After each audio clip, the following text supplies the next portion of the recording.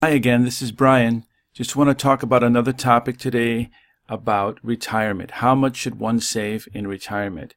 I can't find one definitive answer, so let's just for this discussion target 10% of your salary and target a retirement date of 65.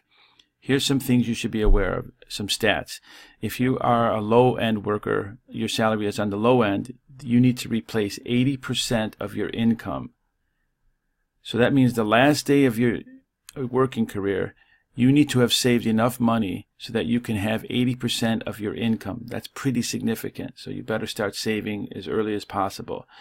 If you make an average salary, they're claiming you need to replace 71% of your income. And if you make a high salary, 67%. Again, these are just guidelines, but at least be aware that saving money for retirement is real.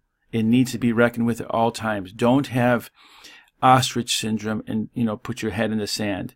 Be proactive. If one starts saving at age 25, they can get away with saving 10% if they're targeting a 65-year-old retirement date. But the later you start, then the higher percent you will need to save per year. So start as early as possible. If you start too late, you may never get to retire or have a chance to enjoy those golden years. And I doubt Social Security will come close to giving people any kind of a comfortable retirement. So you're going to need to supplement those Social Security contributions with other savings.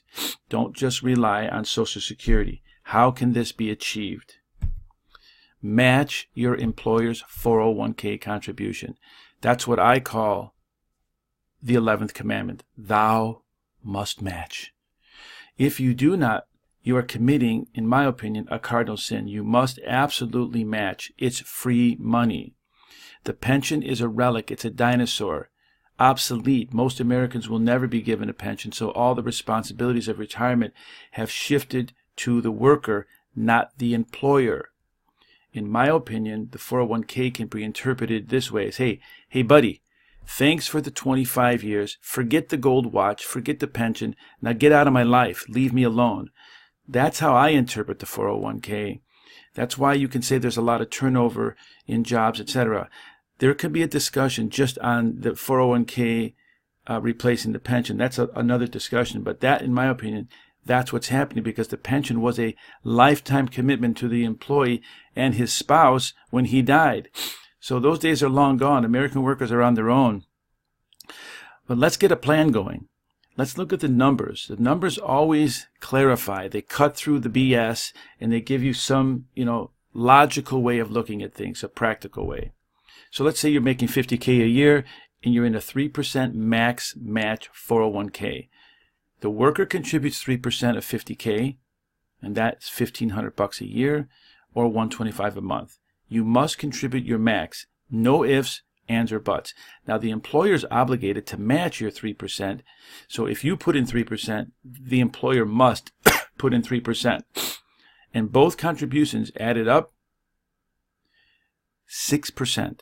Remember, our target is 10. You're past half just with your 3% contribution. Now you only need to make up 4%. You can't backtrack either. So if you start skipping years, say you're 25 and you don't match it, until say 30, they're not going to let you go back and match age 25, 26, 27, 28. You have to stick to this plan.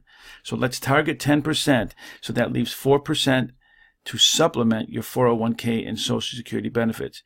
Now you're looking at the numbers more clearly. You have the facts and a clear strategy to save for those golden years. You're on your way. The 4%. What do we do with the 4%? In my opinion, you need to diversify and open an IUL, an insurance product with many features in it that a 401k, a Roth, etc. do not have. IULs have death benefits and living benefits. So another discussion is, what do we do if we live too long? Sometimes the problem isn't dying. The problem is living too long and outliving your income. So, some of these IULs have benefits that the 401k doesn't. The IUL can grow money less risky than a 401k. It has amazing tax advantages. So how much is left for your IUL contribution? You take your $50,000 multiplied by 0.04. That gives you $2,000 a year. that $166 a month, your total retirement plan needs to be $291 a month to hit your 10% target if you're making $50K. So now there's the plan. You've seen the numbers and you know the consequences if you don't start saving ASAP. It's better to have some guidelines than to hide your head in the sand. Too many Americans don't save beyond Social Security and never contribute to their 401ks. That's shame on them.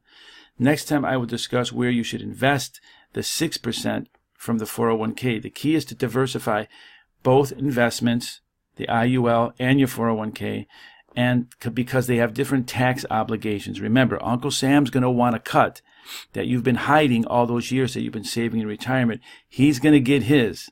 So we got to talk about that tax diversification and the investing diversification. See you next time. I hope this was valuable to you. Contact me for info on the IUL at brianquigley120@gmail.com.